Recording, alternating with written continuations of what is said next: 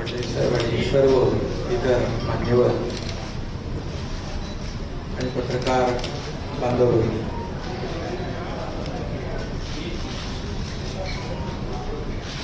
मी खऱ्या अर्थाने आज आम्ही जो निर्णय घेतला त्या बाबतीमध्ये आपल्या सगळ्यांना माहिती आहे. मी वारंवार आपल्याशी बोललेलो आहे की बाळासाहेबांचं हिंदुत्व, त्यांची भूमिका आणि जे आमदार आहेत त्यांच्या मतदारसंघातली विकास कामं आणि राज्याचा विकास हा अजेंडा घेऊन आम्ही पुढे निघालेलो आहोत. आणि शिवसेना पक्ष म्हणून जे काही कायदेशीर प्रक्रिया जी आहे, नियम आहे, 2/3 मेजॉरिटी आहे, त्याहीपेक्षा जास्तीचे आमदार आणि सहयोगी आणि अपक्ष आमदार असे जवळपास 50 आमदार आज आम्ही एकत्र आहोत. गेले काही दिवस एकत्र आहोत. एक वैचारिक भूमिका, एक राज्याचा विकास आणि जे काही 2.5 वर्षापूर्वी घडलं ते आपल्या सगळ्यांना माहीत आहे.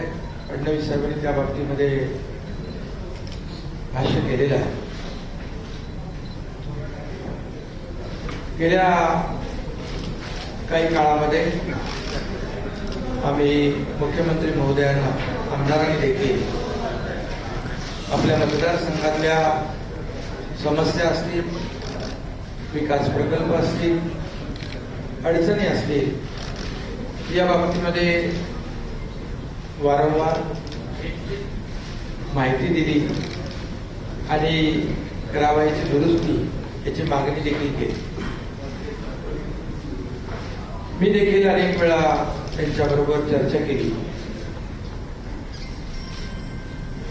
जी काय आपली नैसर्गिक युती होती, आपण एकत्र निवडणुका लढवल्या आणि त्यानंतर महाविकास आघाडी स्थापन झाली.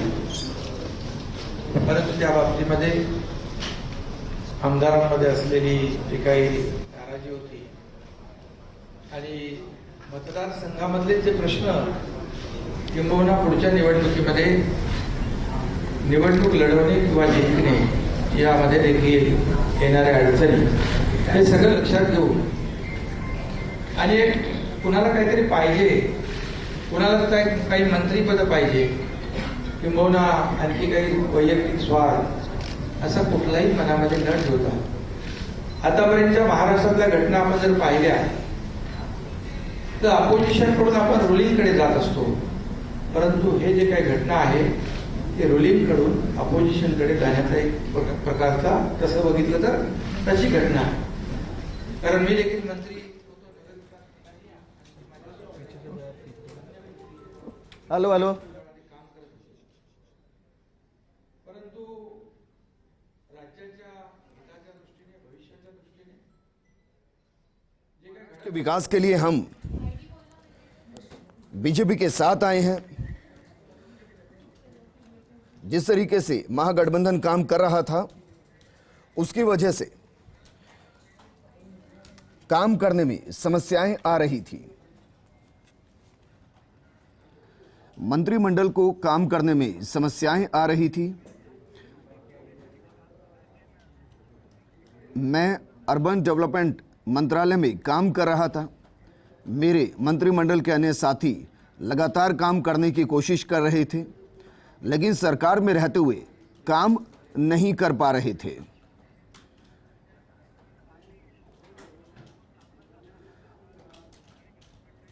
महाविकास आघाड़ी गवर्नमेंट में हमें काम करने में कई समस्याओं का सामना करना पड़ रहा था.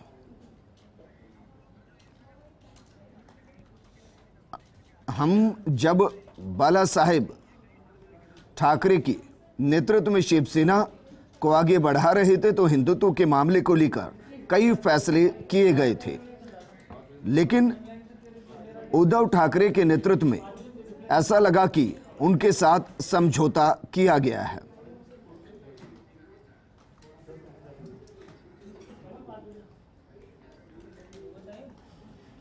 बतौर महाराष्ट्र के भावी सीएम शिंदे मीडिया से मुखातिब हो रहे हैं।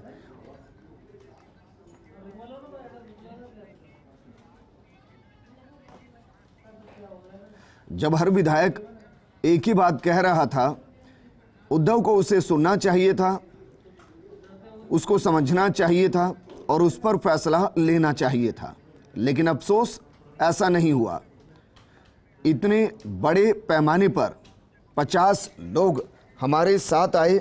मैं खुद अर्बन डेवलपमेंट मंत्रालय में मंत्री था, मुझे किसी चीज़ की कमी नहीं थी। लेकिन जब अन्य विधायकों ने, मंत्रियों ने मुझे अपने कंसर्न बताए तो मुझे मजबूरी में ये फैसला करना पड़ा। 50 से ज़्यादा विधायक, जिनमें मंत्री भी शामिल, वो उद्धव की सरकार से खुश नहीं थे और महाराष्ट्र की सरकार की जो भावनाएं थी वो भी आहत हो रही थी। उन्हें भी ध्यान में रखते हुए ये कठोर फैसला लिया गया।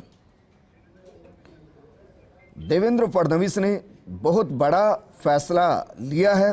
भारतीय जनता पार्टी के पास 106 विधायक हैं। इसके बावजूद उन्होंने मुझे मुख्यमंत्री बनने का मौका दिया है। मैं इसके लिए आभार व्यक्त करता हूं। उन्होंने अपने दिल को बड़ा दिल दिखाया और मुझे मुख्यमंत्री पद का ऑफर किया है। मैं इसके लिए उनका दिल से शुक्रगुजार हूं। मैं प्रधानमंत्री मोदी का भी शुक्रगुजार हूं। मैं गृह मंत्री अमित शाह का भी शुक्रगुजार हूं, जिन्होंने महाराष्ट्र की सेवा करने का मुझे मौका दिया है। मैं उन सभी लोगों का शुक्रिया अदा करता हूं जो हर वक्त हमारे साथ खड़े रहे महाराष्ट्र के विकास के लिए। मैंने शिवसेना से अलग होने का फैसला नहीं किया और हम जो महाराष्ट्र से दूर सूरत गए, गुवाहाटी गए, वो भी मुख्यमंत्री की कुर्सी के लिए नहीं गए थे।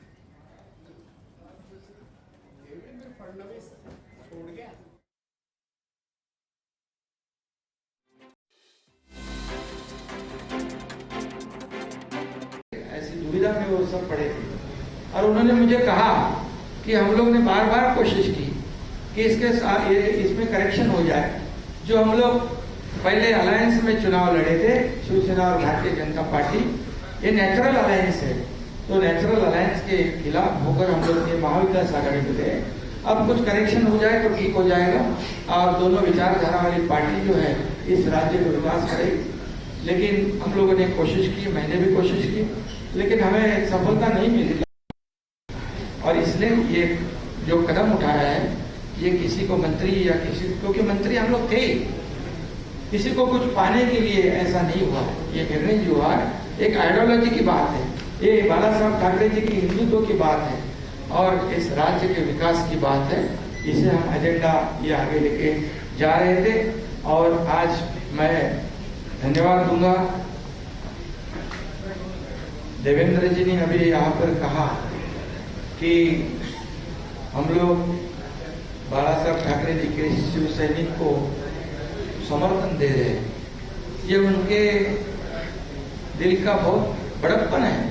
ऐसा कभी कोई करता नहीं जिसके पास 120 विधायक है, जिसके पास 120 विधायक होने के बावजूद ऐसा कोई ग्राम पंचायत और नगर सेवक का पद भी नहीं छोड़ता है।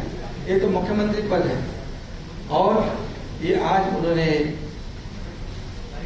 शिवसेना प्रमुख बाला साहब ठाकरे जी के सैनिक को एक सपोर्ट किया है। इसलिए मैं आदरणीय पंतप्रधान नरेंद्र जी मोदी साहब को धन्यवाद देता हूं, उनका आभार मानता हूं। वैसे ही मैं गृह मंत्री अमित जी शाह साहब को भी धन्यवाद देता हूं, उनका आभार व्यक्त करता हूं। जेपी नड्डा जी अध्यक्ष हैं, उनका भी धन्यवाद और खास करके मैं देवेंद्र जी को धन्यवाद देना चाहता हूं क्योंकि वो खुद भी इस पद को प्राप्त कर सकते थे, लेकिन उन्होंने कहा है मैं भले मंत्रिमंडल में नहीं, लेकिन मैं इस राज्य के विकास के लिए सरकार के साथ हूं। ऐसा जो इस राज्य में नहीं बल्कि देश में ऐसी एक मिसाल होगी, और आज के जमाने में ऐसा करना मुझे नहीं लगता ऐसा कोई कर सकता है। और इसलिए मैं उनको धन्यवाद देता हूं, उनके सभी सहयोगी जो है उनको भी धन्यवाद देता हूं। इतना ही मैं कहूंगा, जो विश्वास भारतीय जनता पार्टी ने हमारे जो 50 विधायक है उनके ऊपर जताया है, आदरणीय पंतप्रधान महोदय जी ने, आदरणीय केंद्रीय गृह मंत्री महोदय जी ने, भारतीय जनता पक्ष के अध्यक्ष, उन्होंने जो विश्वास जताया है उसको निश्चित रूप से हम लोग सार्थ करने की कोशिश करेंगे। और जो 40 और 10-50 विधायक जो है उनके बलबूते पर ये हम लोग यहाँ तक लड़ाई लड़ी है, एक वैचारिक लड़ाई है। और उनको भी मैं धन्यवाद दूंगा कि एक तरफ पूरी सत्ता है, एक तरफ पूरी सरकार है, एक तरफ बड़े बड़े नेता है।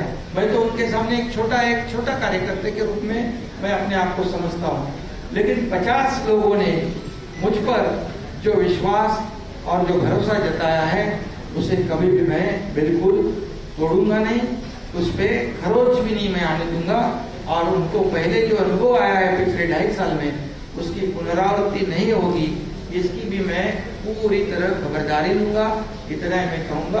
और राज्य को आगे बढ़ाने के लिए जो भी करना है विकास के लिए हम सब, आप लेकिन हमारे साथ रहिए। एक मिनिट पहिले सगळ्यात पहिल्यांदा आपल्या माध्यमातून मी आमच्या तमाम कार्यकर्त्यांना विनंती करणार आहे, पाऊस खूप आहे, मांडव टाकलेला नाही आहे, कोणाला निमंत्रण जाऊ शकत नाही आहे, त्यामुळे छोटा शपथविधी सोहळा होत असल्यामुळे सगळ्या कार्यकर्त्यांची मी माफी देखील मागतो। भाजपचे असतील, एकनाथजींसोबत असलेले शिवसेनेचे असतील, की कोणालाही प्रवेश या ठिकाणी मिळणार नाही, त्यामुळे कोणी इथे येण्याचा प्रयत्न करू नये असंही